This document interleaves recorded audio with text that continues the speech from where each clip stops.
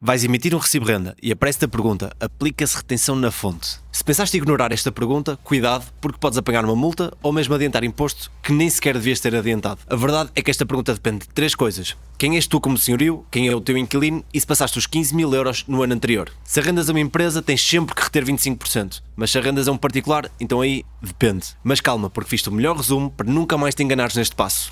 Bom, neste vídeo vamos ver exatamente como é que se escolhe a retenção na fonte na emissão dos recibos de rendas. Vamos ver primeiro o que é uma retenção na fonte, como é que se escolhe as opções desta pergunta e depois a seguir vamos ver um quadro resumo onde vamos ver diferentes cenários e como é que podemos aplicar a retenção na fonte para estes diferentes cenários, que no fundo são 9, e vai depender, como vimos, se há rendimentos superiores a 15.000 euros no ano anterior, quem é o senhorio, se tem contabilidade organizada, se não tem, e quem é que é o inquilino, se é empresa e se não é. No fundo, depende resumidamente destes cenários, ok? Então vamos por partes. Emitir o recibo de renda no portal das finanças parece simples, até chegar à pergunta: aplica-se retenção na fonte? Como vimos, há de ser ali a meio quando estamos a configurar, no fundo, a emissão do recibo de renda, a meio vamos ter esta pergunta e muitas vezes as pessoas ficam a questionar efetivamente se existe retenção na fonte, que opção escolher, e é isso que vamos ver, ok? E aí que muitos senhorios, mesmo experientes, ficam na dúvida, ok? Aqui explicamos de forma prática e direta quando deves aplicar retenção na fonte, qual a taxa correta e principalmente quem é o responsável por entregar ao Estado, porque também varia a questão da entrega, se é o inquilino, se é o senhorio, ok? Se és investidor ou estás a arrendar o teu primeiro imóvel, este guia é para ti, ok? Então vamos ver o que é a retenção na fonte, isto de modo geral. A retenção na fonte é basicamente um adiantamento do imposto que seria pago no final do ano. Este valor é retido automaticamente no momento do pagamento da renda e entregue ao Estado, por vezes pelo senhorio, outra vez pelo inquilino. Mas a obrigatoriedade de reter ou não depende de quem é o senhorio, quem é o inquilino e do volume de rendimentos do senhorio, ok? Dos tais 15.000 euros. Ao preencher um recibo de renda no portal das finanças, vais encontrar várias opções para escolher a forma de retenção. Ou seja, no fundo acabam por ser 4, que é a taxa de 25%, a mais genérica, a mais básica que nós vemos, 25%, que antigamente eram os tais 28%, a taxa reduzida dos Açores, 17,5% e os 20%, a dispensa de retenção na fonte e se não existe sequer retenção na fonte, ok? Vamos a exemplos. Vou dar primeiro um exemplo para que percebas a lógica e depois dou-te um quadro resumo com todas as situações possíveis. Então vamos enquadrar aqui o exemplo. Estamos a falar aqui de uma renda mensal de 1.500 euros, um contrato de arrendamento de um ano e um valor de rendas anual de 18.000 euros, ok? Se vamos adotar aqui as considerações de que o senhorio é particular, sem contabilidade organizada, e o inquilino é particular, ou seja, basicamente acaba de ser uma família ou alguém que... Ou seja, estamos a falar de empresa. Nota importante, consideramos que o senhorio recebe rendas de outros imóveis e supera os 15.000 euros de rendimentos sujeitos à retenção. O resultado tem de aplicar a retenção na fonte de 25%. Porquê? Porque no fundo ultrapassou os 15.000 euros de rendimentos anuais do ano anterior, ok?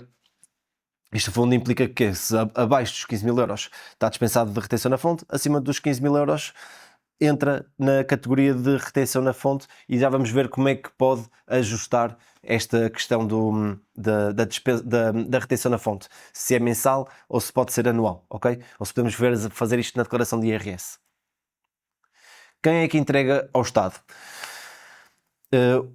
Quem entrega ao Estado é o senhorio, ok? Que é responsável por reter os 25% de cada renda recebida. Isto para o exemplo que vimos. E pode fazer isto de duas maneiras. Ou entregar essa retenção mensalmente, através do modelo 30, que acabam por ser 375 euros mensais, que é os 25% de cada renda mensal, ok? Ou declarar no fim do ano, no modelo 39, o que é o mais comum, visto que na prática, como o inquilino é um particular e não sabe destas obrigações, geralmente não sabe destas obrigações, normalmente o senhorio recebe os 1.500 euros na totalidade e depois tem de fazer esse acerto fiscal por conta própria, depois no final da declaração de IRS, ok?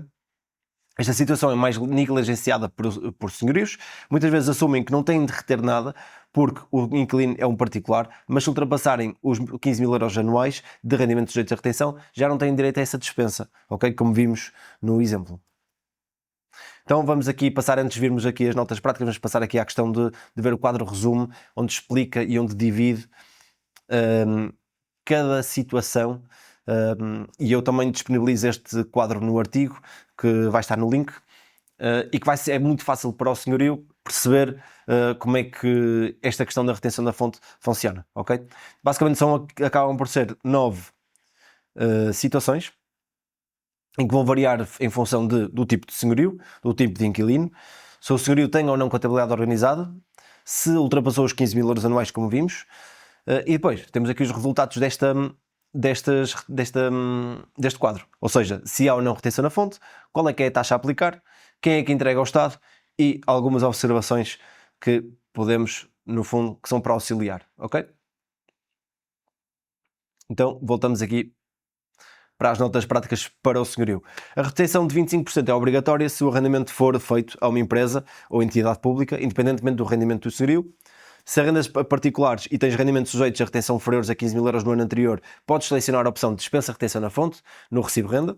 Se ultrapassaste os 15 mil euros anuais, mesmo sem contabilidade organizada, tens de reter os 25% ao Estado todos os meses, usando o modelo 30, e comunicar anualmente no modelo 39, como vimos.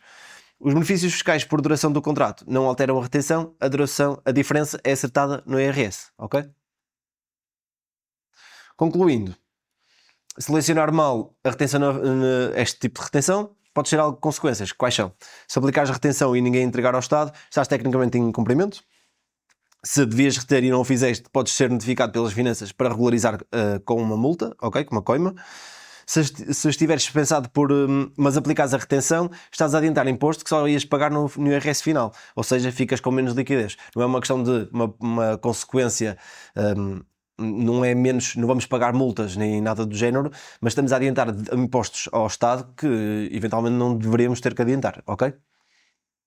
Fica aqui este resumo, espero que ajude muita gente a fazer a emissão do recibo de renda, isto de uma forma mais otimizada fiscalmente, ok?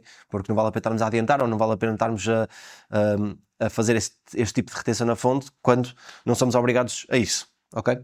Obrigado por terem visto, visitem o site e até à próxima. Obrigado.